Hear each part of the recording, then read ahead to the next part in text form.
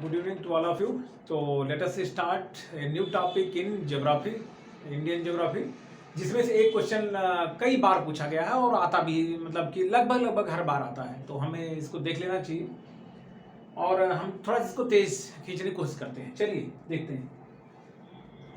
हम लोग ये देख रहे हैं जहाँ से अक्सर पूछा जाता है कि गंगा नदी, अलकनंदा, मंदाकिनी, ये सारी चीज़ों के बारे में कई बार ऐसा पूछा जाता है। तो ज़्यादातर लोग जो पहले से एग्जाम दे रहे हैं उनको मालूम है, लेकिन न्यू कमर्स या जो भी कह लीजिए कि न्यू स्टार्टर्स के लिए प्लस रिवीजन के लिए बहुत इंपॉर्टेंट है। हम लोग देख लेते हैं। तो हम लोग देखते जो है गंगा नदी कहाँ से निकलती है। गंगा नदी सबको जानता है हिमालय से निकलती है। हिमालय में जो गंगोत्री हिमनद है,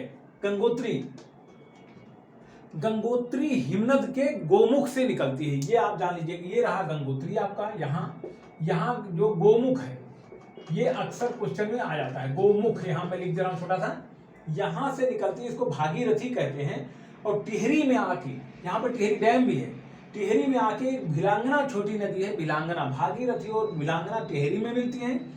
फिर आगे बढ़ती है, जब इधर आगे बढ़ के इधर से अलकनंदा नदी आ रही होती है, दोनों मिलती हैं, तब आगे गंगा नाम से बढ़ती है। यानी यहाँ तक देवप्रयाग तक ये भागीरथी कहाँ से निकलेगी? गंगा ओरिजिनली इसी को कहते हैं, भागीरथी को ही गोमुख से निकलेगी, लेकिन यहाँ पे इसका नाम भागीरथी होगा।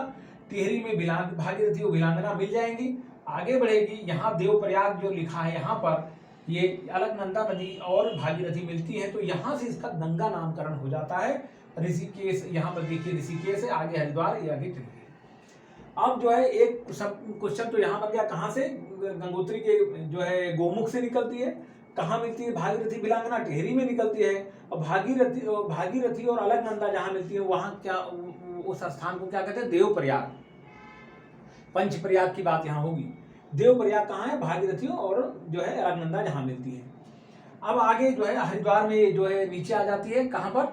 हरिद्वार में जो है जब मैदानों में आ जाती है, फिर आगे गंगा नाम से चली जाती है। कहाँ तक? सीधे उत्तर प्रदेश, बिहार, झारखंड, पश्चिम बंगाल होते हुए कहाँ गिरती है?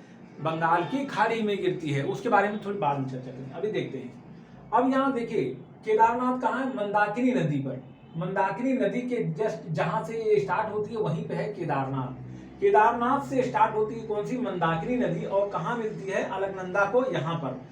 ये अलकनंदा, ये देखो ये वाली है अलकनंदा, ये जो आ रही है ये अलकनंदा, ठीक है। अलकनंदा ये है जो इधर से आ रही, और यहाँ पर ये मंदाकिनी नदी है, ये देखिए मंदाकिनी यहाँ पर आ रही है। तो अलकनंदा और ये मंदाकिनी जहाँ मिलती है उसको बोलते हैं रुद्रप्रयाग। ये सब लिखना होगा। अलकनंदा, मंदाकिनी प्लस अलकनंदा रुद्रप्रयाग, भागीरथी प्लस अलकनंदा देवप्रयाग, ये लिखते जाइए। जैसे यहाँ देवप्रयाग है, देवप्रयाग मान लो लिखना है हमें, तो इसको कॉपी में लिख लीजिए। देवप्रयाग यानी भागीरथी प्लस अलकनंदा, भागी प्लस अलकनंदा, इसको ऐसे लिख लीजिए। इसी तरह रुद्रप्रयाग, मंदाकिनी और अलकनंदा। रुद्रप्रयाग जो है आपका हो जाएगा मंदाकिनी प्लस अलकनंदा, इस तरह से याद करिए। ये अलकनंदा जो ऊपर से आ रही, जहां नीति दर्रा है, दर्रे के बारे में हम लोगों ने पढ़ा था, नीति पास जो है उत्तराखंड में, वहां से इधर से होती आ रही अलकनंदा। तो अलकनंदा बीच में एक पिंडर नदी मिलती है, ये देखो यहाँ से आ रही पिंडर नदी। जहां पिंडर और अलकनंदा मिलती हैं उसे कर्णप्रयाग बोलते हैं। कर्णप्रयाग, आखिरी मात्रा लगा देते हैं, कर्णप्रयाग बोलते हैं।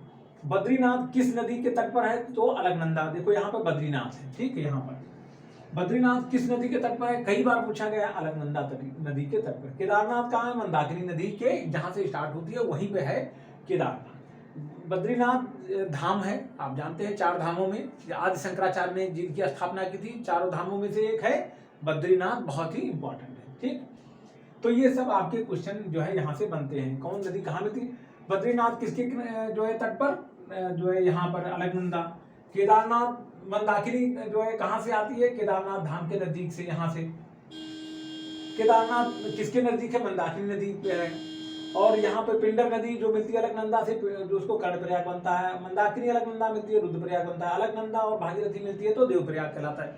ये सारी चीजें हमारी जो है बहुत जल्दी से हम कवर करें। अब मेन चीज हम आते हैं गंगा नदी के बारे में, थोड़ा सा जल्दी से देख लेते हैं हम लोग। गंगा नदी के बारे में थोड़ा तेज इसलिए देखते हैं, बहुत ज्यादा इसमें जो है पढ़ने का है नहीं। आप थोड़ा समझ के और तेजी से इसको खींचिए, ठीक है। तो मैं एक अलग इसका वीडियो बनाता हूं, क्योंकि बोर्ड साफ नहीं हो रहा है, तो मैं इसका सेपरेट वीडियो बनाता हूं, जल्दबाजी में ठीक नहीं रहेगा। गंगा और यमुना के बारे में आज ही बनाता हूं। Thank you very much.